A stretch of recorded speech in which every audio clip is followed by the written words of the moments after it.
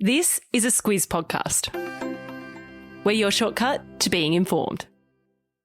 Squiz Kids! It's your daily news fix. Fun, free, fresh.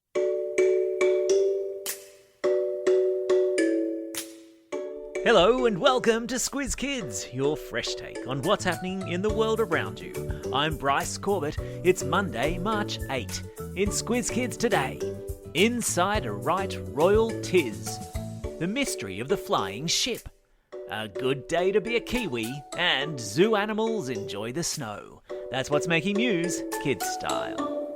The Lowdown. Today there's going to be a whole lot of noise about a TV interview that Prince Harry and his wife Meghan Markle have done in the United States. The couple sat down with TV talk show Queen Oprah a couple of weeks ago to record the interview, which will go to air around the world today.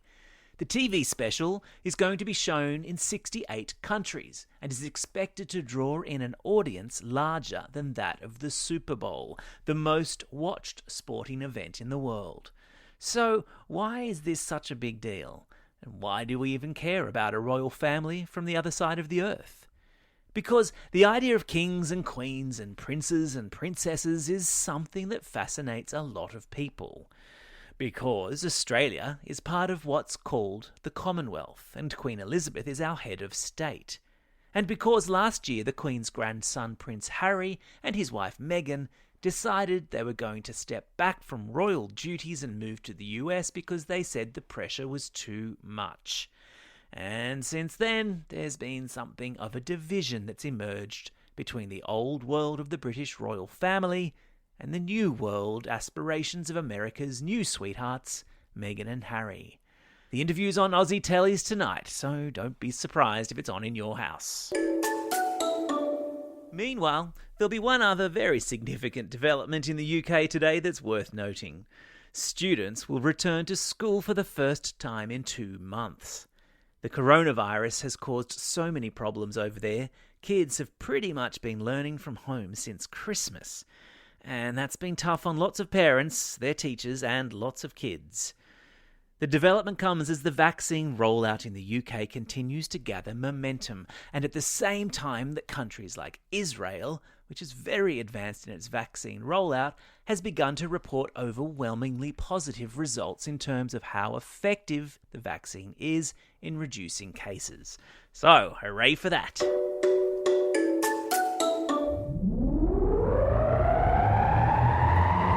Spin the globe. Each day we give the world globe a spin and find a new story from wherever it stops. And today we've landed in Cornwall in England, where a man walking along a cliff top next to the sea has captured a photo of what appears to be a flying tanker ship hovering above the water's surface. Hang on a minute, tanker ships don't fly. No, they most certainly do not, but because of an optical illusion peculiar to that part of the world at this time of the year, they look like they do. The optical illusion, which is a fancy way of saying a trick that is played on our eyes, is called superior mirage, and it happens when cold air lies close to the sea with warmer air above it. It causes the light rays coming from the ship to the observer's eyeball to bend, creating the impression that the ship is much higher in the plane of sight than it actually is. It's science, and it's super cool. And yes, of course, there's a link to the photo of the flying, not flying tanker in today's episode notes.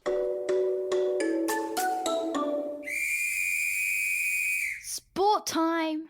Today's a good day if you're a Kiwi, or a lover of New Zealand sporting teams more generally, following a weekend of sport that saw two of Australia's national teams lose to their rivals across the ditch, which is the alternative way of saying over in New Zealand. The Aussie men's cricket team were the first to fall to the superior Kiwis, losing the T20 series by 2-3.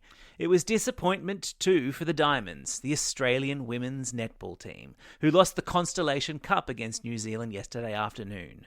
The Silver Ferns beat the Diamonds 45-43 in the fourth and final match of the series, taking the cup off the Aussies, who have held it since 2012. Animal Kingdom. The cold weather that has lashed North America has caused all sorts of trouble there, but there's one group of inhabitants who are loving every minute of it. Zookeepers from across the United States have been sending videos in of animals in their care frolicking in the snow. From polar bears to seals, from otters to red pandas. And because it's a Monday, and we all need to ease ourselves into this week, there's a link to a video of the animals playing in the snow in today's episode notes. The polar bear is totally my favourite. Time for the quiz. This is the part of the podcast where you get to test how well you've been listening. Question number 1.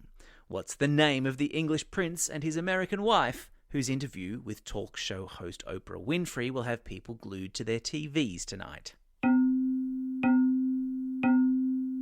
That's right, it's Harry and Meghan. Question number 2. What's the name of the optical illusion that makes objects on the horizon look like they're floating? You got it, it's Superior Mirage. Well done if you got that one. Question number 3. What's the name of the New Zealand women's netball team? Yeah, that's right, they're the Silver Ferns.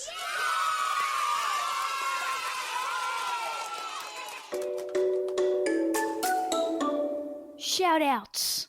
It's March 8. Today is International Women's Day, a day, according to its website, to celebrate women's achievement, raise awareness against bias, and take action for gender equality, which is to say the notion that men and women are equal, which is what we call in the classics as a no-brainer. It's also the 4th birthday of our sister podcast and weekday news email for adults, the Squiz. If you're unfamiliar with it, get online at www.thesquiz.com.au to sign up. It's also a special day for these Squiz Kids celebrating a birthday today. Zoe from Mordialloc, Cristiano from Oran Park, Peter from Kempsey, Charlotte from Edithvale, Violet from Waratah West, Lily from Newcastle, Sia from Exeter, Moira from Hughenden, Jamie from Lake Munmora, and Jack from Dumadgee. And some belated birthday shout-outs today go to Tammy from Chermside, Indy from Maitland, Jessica from Old Bar, and Alice from Dumadgee. Happy birthday, one and all. Today's classroom shout-outs go to Class 3 at Snowy Valley School in Tumut, Class 5 Olive at Bowen Public School, Class 5B at Jindalee State School, and all the Year 6 kids at St Thomas More Roos. And a special shout-out to Class 4B and their teacher, Miss Tolikas at Lyndhurst Primary School, who celebrated a birthday last week. Don't forget, if you've got a birthday coming up and you want a shout-out, or if you're after a classroom shout-out, drop us a line at squizkids@thesquiz.com.au. Well, that's all we have time for today. Thanks for listening to Squiz Kids. We'll be back again tomorrow. In the meantime, I want you all to get out there and have a most excellent day. Over and out. Squiz Kids is proudly supported by the Judith Neilson Institute for Journalism and Ideas.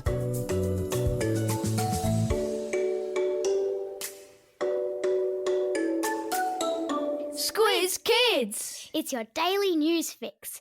Fun, free, fresh.